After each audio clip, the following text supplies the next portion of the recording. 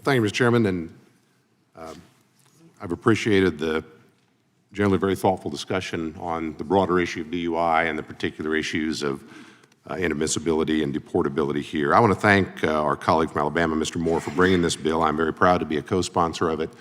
And just as many of my colleagues have shared particular instances from their state, I wanted to offer up why this is a matter of particular importance to me. In the years that I had the opportunity to serve as Attorney General for my state, I believe I attended every funeral of every law enforcement officer killed in the line of duty on our watch.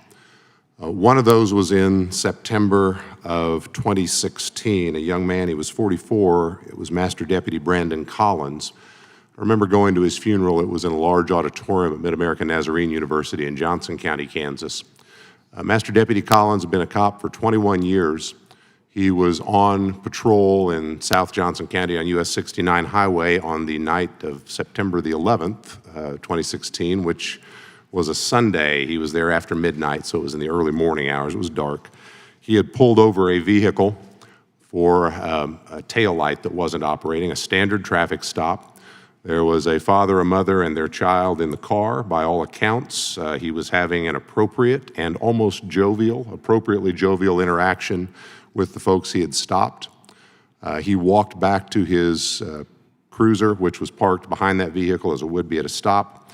And then the folks who had been pulled over testified they heard a loud bang. And the loud bang was the sound of another vehicle driven by an illegal alien who was drunk. His BAC was .16.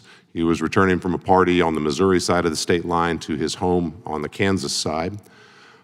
He had slammed at a high rate of speed into the back of Master Deputy Collins' police vehicle, shoving it into the vehicle that had been stopped.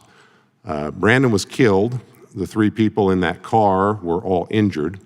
Ultimately, that individual pled guilty to reckless second-degree murder of our law enforcement officer and to 3 counts of aggravated battery.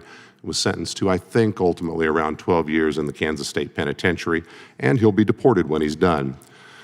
But here's the kicker. He had a previous conviction for DUI in California in 2001, when he also was not supposed to have been in our country. I've actually never gone and pulled those records. I don't know if that was a felony conviction, so somebody just fouled up the paperwork and he should have been gone.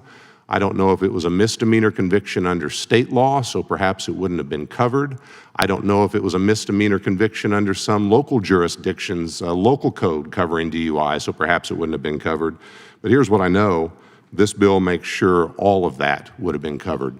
And had this been law, and had folks done their job in 2001, I would never have attended that funeral, and Master Deputy Collins' wife and their kids would still have their loved one.